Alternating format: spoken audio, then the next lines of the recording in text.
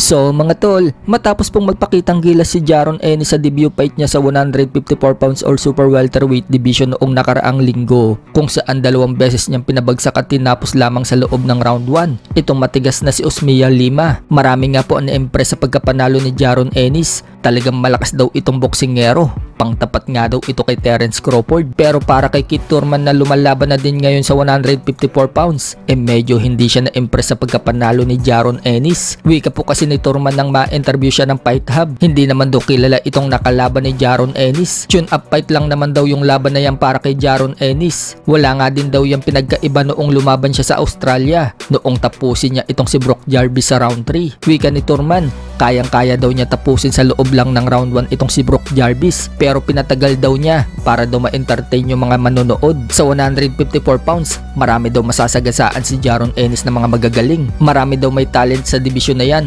katulad nila Jermar Charlo, Virgil Ortiz at iba pa. Kaya bago mo daw masabi na isa kang king sa 154 pounds, marami ka pa daw dapat na pataubi ng mga may talent sa 154 pounds. Pero ika ni Thurman, maganda naman daw ang pinakita ni Jaron Ennis. Malakas daw itong si Ennis at threat din daw ito sa 154 pounds. Pagdating naman sa laban ni Thurman, dahil na-postpone ang laban niya dito kay Sebastian Pundura na magaganap na sana sa October 25, na injured po kasi itong si Sebastian Pundura. Sinabi ni Thurman na posible daw ma-rescheduled ang laban nila ni Pundura sa card ni Manny Pacquiao sa January 24. Pero depende pa rin daw yan sa kampo ni Pundura. Kung gagaling daw agad itong si Pundura, baka masama sila sa card ni Manny Pacquiao. Pero kung hindi, baka sa ibang buwan sila maglalaban. Sa kabilang banda naman mga tol, may reaksyon po si former 3 Division World Champion General Casimero na wala na siya sa ranking sa kahit anong 4 major sanction bodies. Matatandaan mga tol, na una pong tinanggal si Casimero sa WBO ranking, tapos nito lang sumunod na ang WBC at IBF.